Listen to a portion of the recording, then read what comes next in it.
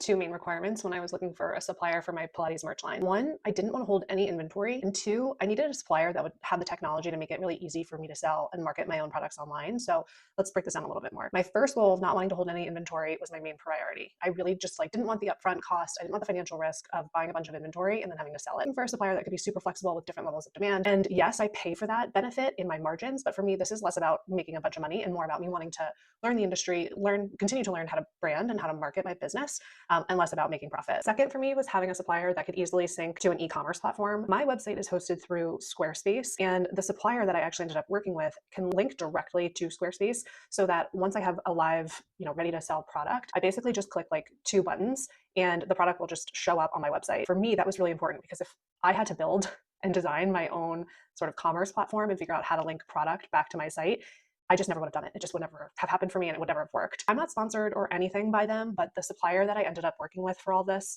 and the supplier who helped me launch my Pilates merch line is called Printful. So it's just printful.com. There's no fee to get started. And actually the only time that you actually even need to pay anything is if you want to buy your own products.